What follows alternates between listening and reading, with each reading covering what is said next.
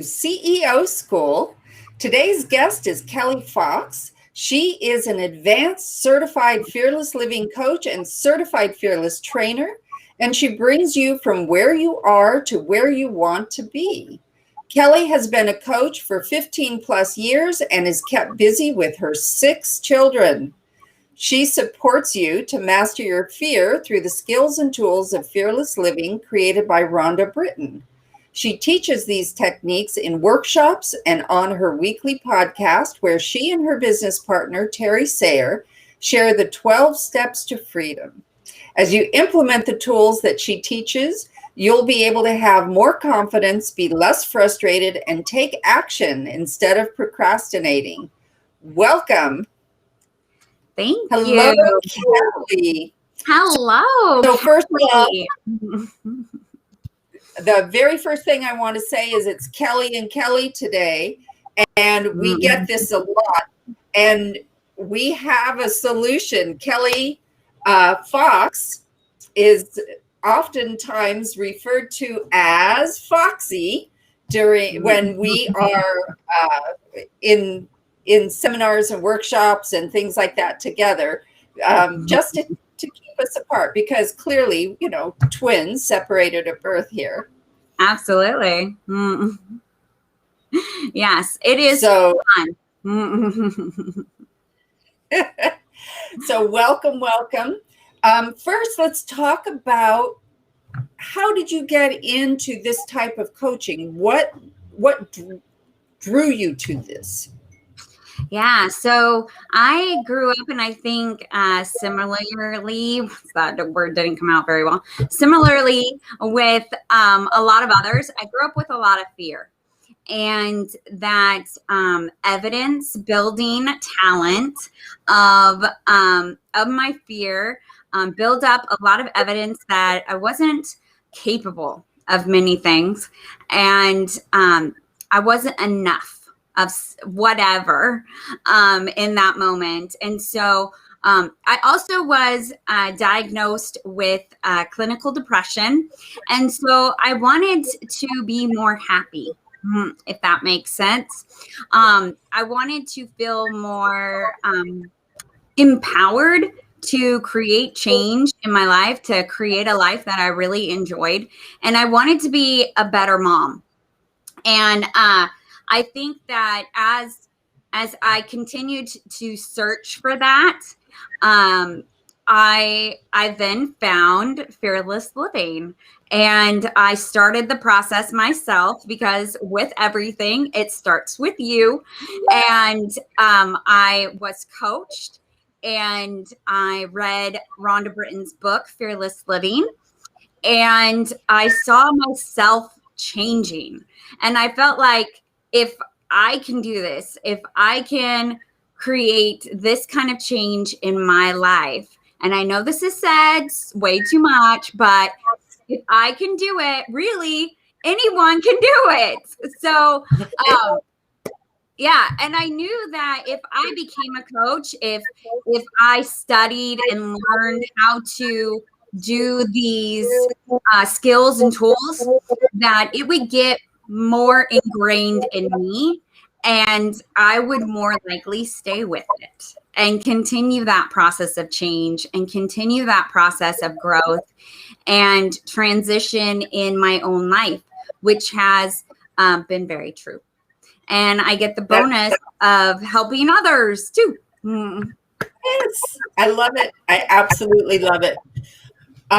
Well, the reason that I thought talking about fearless living and really going kind of in depth on this topic was a good one is because we, as entrepreneurs, basically have to face our fears on a daily basis.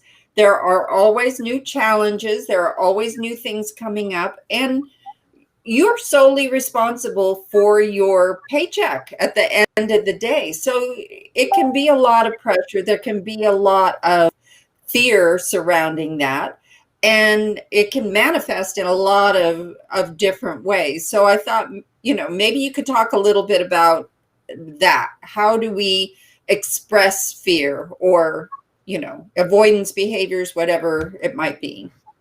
Yeah. Sometimes overcoming our fear can be a minute by minute, second by second process, right? There are a lot of unknowns.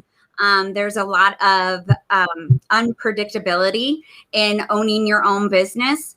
And there's a lot of tasks, and everything comes down to you. A lot of us, especially in the beginning, we don't really have a team, right? We don't have people working with us until we get a little bit more successful. Then we get people, right? And so there's a lot of little things that we get done, that we need to get done on a daily basis. And so it's real easy to get overwhelmed in that. And those bigger tasks, or those things we have to learn more about, or the training that we need to do things business like, or things that we just don't know how to do, like creating a website or making a flyer or networking, right? There's all these things that we now have on our plate when we're creating a business and wanting to expand that business, right? So it's a lot of things, a lot of new things, and that involves risk. And so anytime we're going to take a risk, anytime we're going to step out of our comfort zone, our fear is going to definitely show up and say, hey, wait a minute, step back. We don't want to go out of our comfort zone. That isn't safe. So our fear is definitely going to come up, and it's going to manifest in a lot of different ways. It's going to manifest in, negative self-talk, in limiting beliefs, in procrastinating, in avoiding certain tasks, all kinds of different ways it's going to present itself. And we might be believing those excuses or things that come up. We might be beating ourselves up over them. We might have things on our list, on our to-do list, that continue to be there day after day after day. And we may be afraid to ask for help from someone else, or hire a coach, or, all these different avenues that might be available to us. Absolutely. And I think people are going to be able to see themselves in all of those descriptions. They sound very familiar, coping mechanisms to avoid something that just feels overwhelming or scary. Yeah. I love it. So you have lots of techniques to deal with fear, but we talked kind of about one of them that has such a catchy name. And can you talk about that? Yes. So the tool that I think can help really the most, and is really easy to use in almost any situation, is called Stretch, Risk, or Die. And it is a way for you to visualize where these tasks are and help you to plan them out and ask for support and expand that comfort zone to include them. So if you kind of think of a bullseye, inside the middle of that bullseye is our comfort zone. So those are the things that may not be comfortable, right? They may not be comfortable, but they're the things that we're choosing to do right now. They're the known, okay? And then one ring outside of that comfort zone is the stretch zone. And those are things that we may have done before, but we're not currently doing. And so that's also known as the beat up zone, because we know we can, we've done it before. So why aren't we doing it now? Right? And then one ring out from there is the risk zone. And that's things that we haven't done before. Those are things that we don't know we can be successful at. Those are things that, we might need to ask help around, right? And then one ring out from that is the die zone.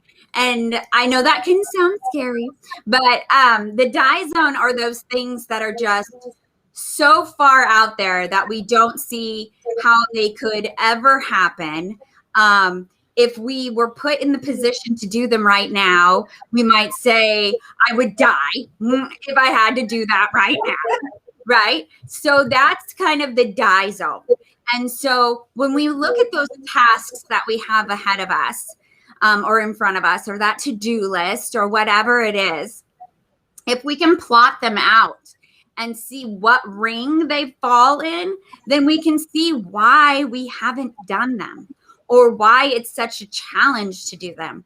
Because if it's a stretch, then it's just a matter really of making a commitment and maybe having an accountability partner, right? Because we've done them before. We know how to do them. It's just a matter of deciding to do it, right? And maybe we need some support with consistency.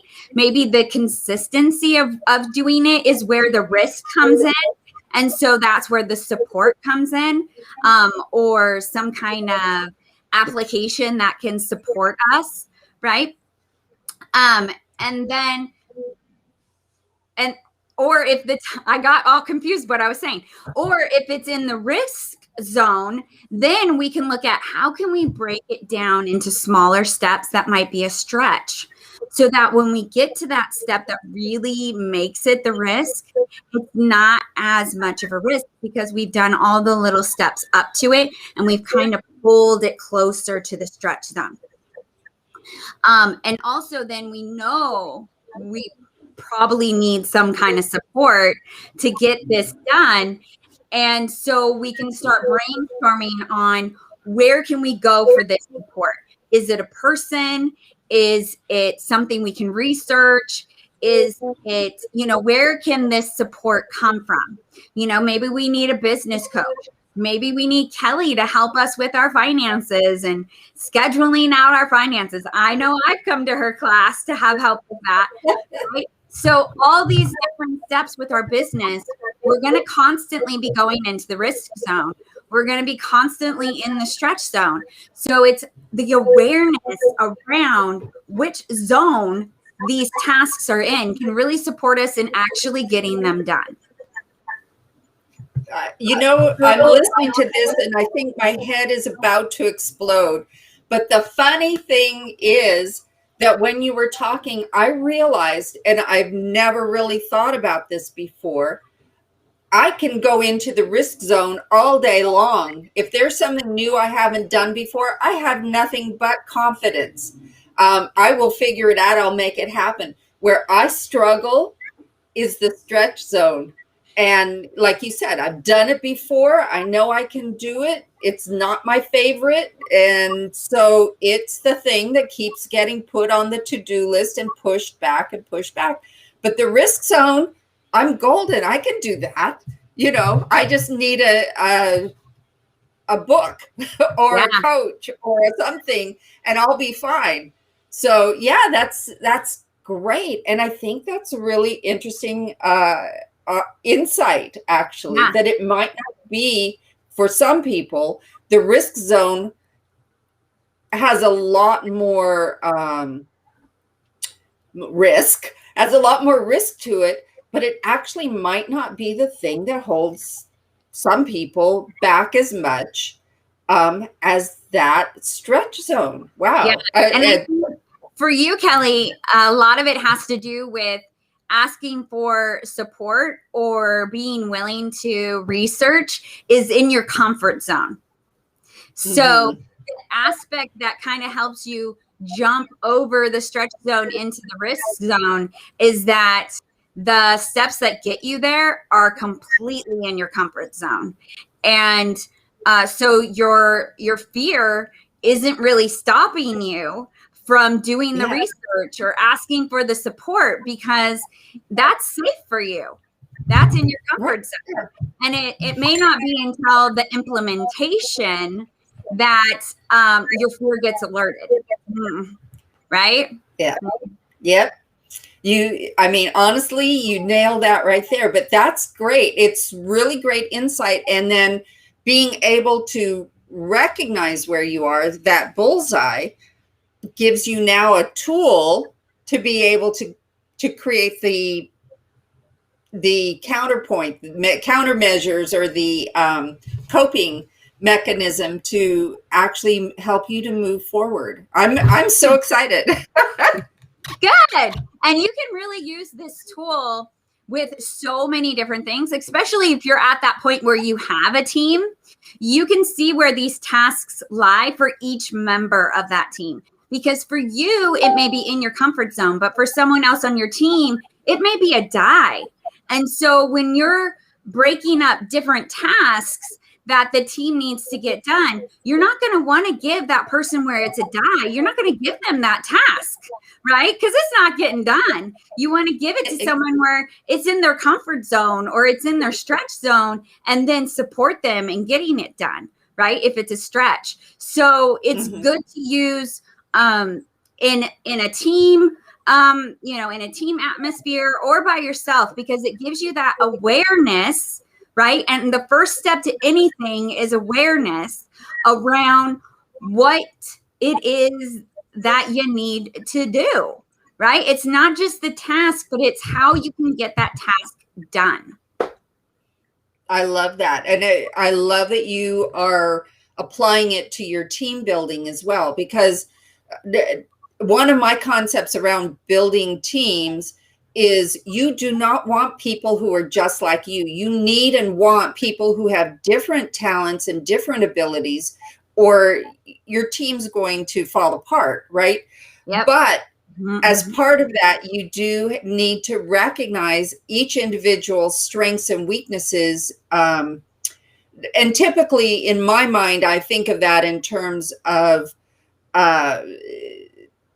job skills, but also personality, personality traits. You don't want to put an introvert making sales calls all day long, right? Because that's probably their die zone. Yeah. I would completely drain them. Yeah. Exactly. So, no, go ahead. Oh, I was going to say, I have another tool that I use that involves energy profiling that supports you in building your team as well, and knowing who you have on your team and who you need on your team. So just a little plug for that. I have some information on that too, if anyone's interested.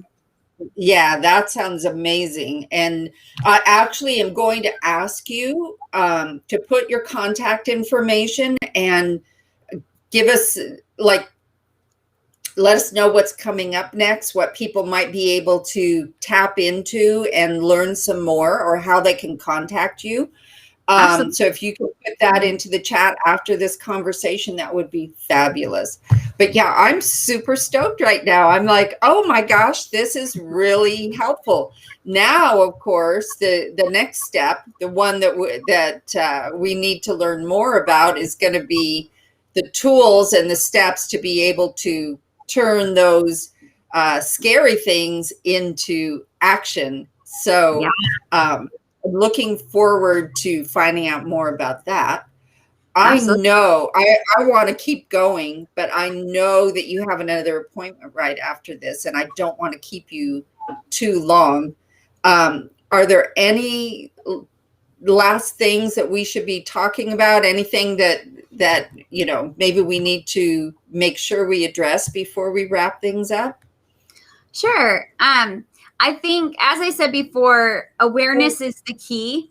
It is, as Kelly talked earlier, my business partner and I, Terry Sayre, who's actually my mom as well, we teach the 12 steps to freedom. And the first step is awareness. The second step is willingness.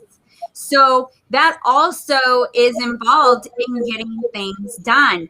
And you can see where that willingness is, especially if it's a risk. If it's a risk, are you willing to break it down into smaller steps? Are you willing to look at asking for support? Are you willing to get an accountability partner with those stretches, right? So once you're aware of what that step is, the next step is, are you willing?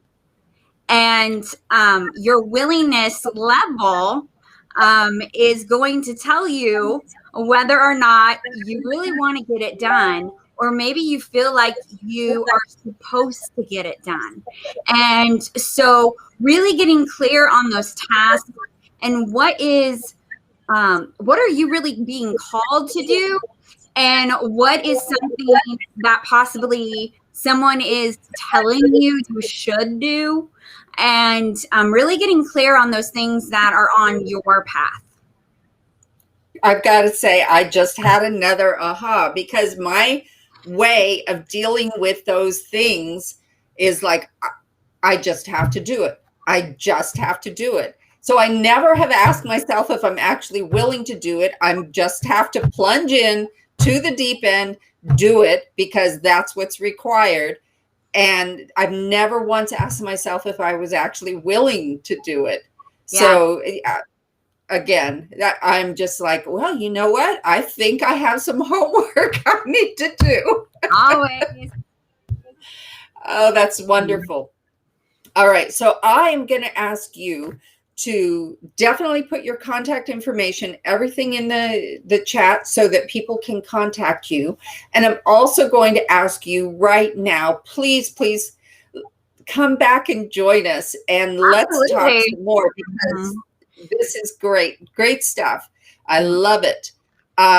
Thank you so much, Kelly, for being with us today. I really appreciate it. And I think everyone who watches this interview is going to have some great insights, and I'm super excited. Yes, thank you so much. And I'm glad that what I have shared has supported you, and I hope it supports your peeps as well. And I'm definitely available to go way deeper and individualize all of this for everyone. And I would love to come back. I would love to come back. I have a lot of other things that I could share that will support you in moving easier through your. Oh, and one last thing, for sure, when you put your information in the chat, add the podcast too, because that's something we didn't even talk about today, but that's got to be a great resource for people.